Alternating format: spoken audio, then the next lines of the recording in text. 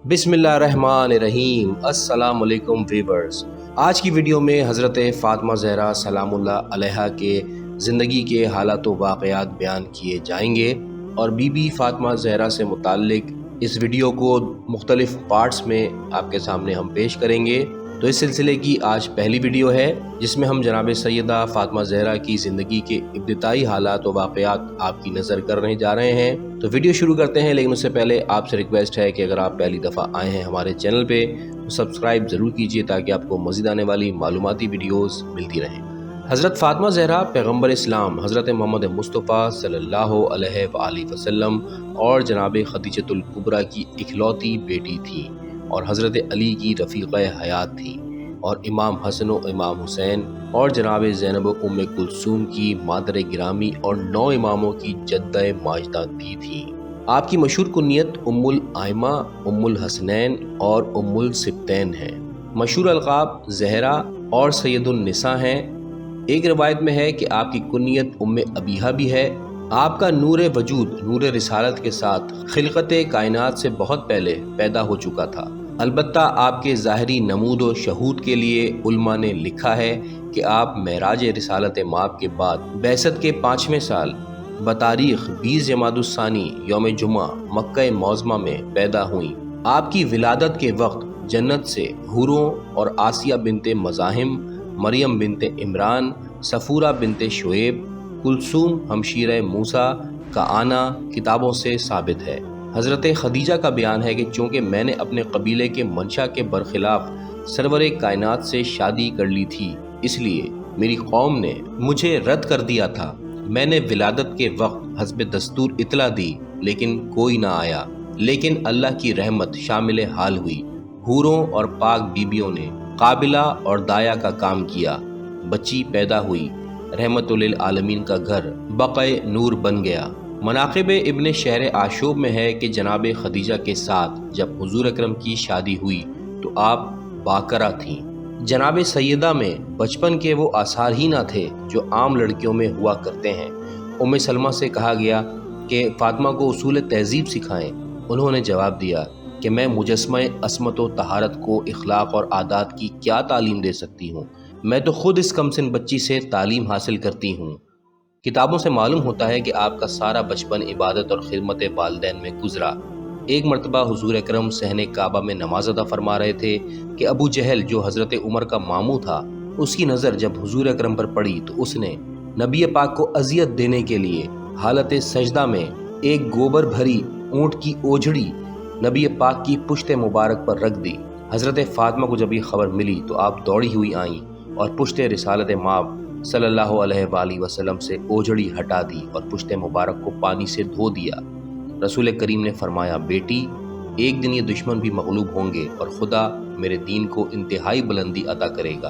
तारीख में मिलता है कि हज़रत खदीजा एक दफ़ा किसी की शादी में जाने के लिए तैयार हुई और कपड़े ज़ेब-ए-तन करने लगीं तो पता चला कि जनाब सैयदा के लिए कपड़े नहीं हैं। माँ इसी तरद्दुद में थीं कि बेटी को एहसास हो गया।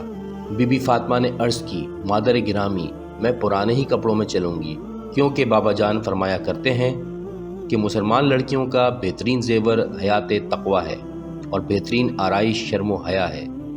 हज़रत फ़ातिमा ज़हरा का सारा बचपन फ़क़र व फ़ाक़ा और तंगी व मसाइब में गुजरा।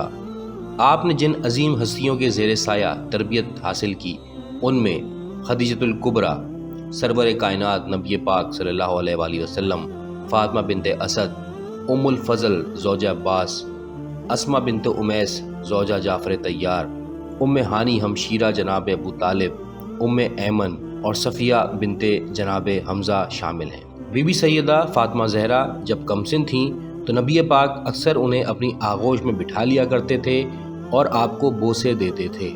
इस पर हज़रत आयशा ने कहा कि जनाब फ़ातिमा के बोसे देते हैं और अपनी ज़बान उनके मुँह में दे देते हैं। हुजूर ने इरशाद फरमाया, तुम्हें मालूम नहीं, जब मैं मेराज पर गया था जिब्राइल ने मुझे एक सेब जन्नत से दिया था, मैंने उसे खाया था और उसी से फ़ातिमा का नुक़्ता वजूद कायम हुआ था।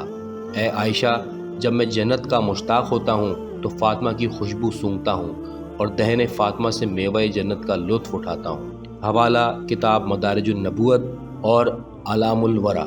हज़रत फ़ातिमा ज़हरा को अपनी वालिदा गिरामी खदीजतुल कुबरा की सोबत 5 سال تک ہی مل سکی، اور جب ماں علیل ہوئیں تو جناب سیدہ کو بے حد رنج ہوا۔ آپ ان کی تیمارداری میں شب و روز لگی رہتی تھیں اور ان کے چہرے پر نظر جمائے ان کو دیکھا کرتی تھیں۔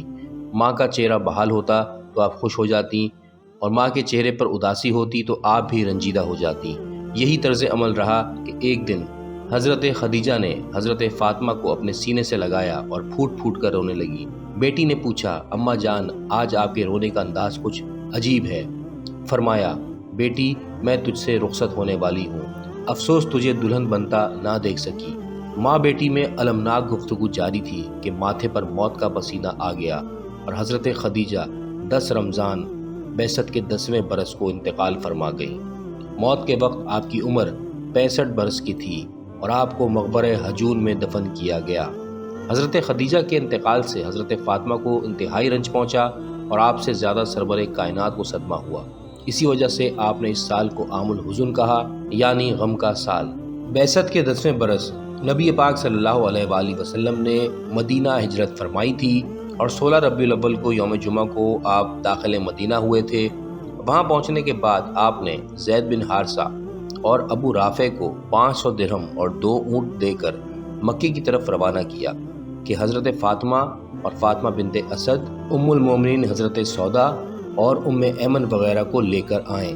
چنانچہ یہ بیویاں چند دنوں کے بعد مدینے پہنچ گئیں، اور آپ کے عقد میں اس وقت صرف 2 بیویاں تھیں، ایک حضرت سودا اور دوسری حضرت عائشہ۔ اس کے بعد سن 2 ہجری میں آپ نے ام سلمہ سے عقد کیا، اور ام سلمہ نے نگہداشت حضرت فاطمہ کا بیڑا اٹھایا اور اسی انداز سے خدمت گزاری کی کہ فاطمہ زہرا نے اپنی ماں کو بھلا دیا۔ ویورز، یہاں پر آج کی ویڈیو روکتے ہیں۔ اگلی ویڈیو میں ہم حضرت فاطمہ زہرا کے مزید حالات و واقعات آپ کی نظر کریں گے۔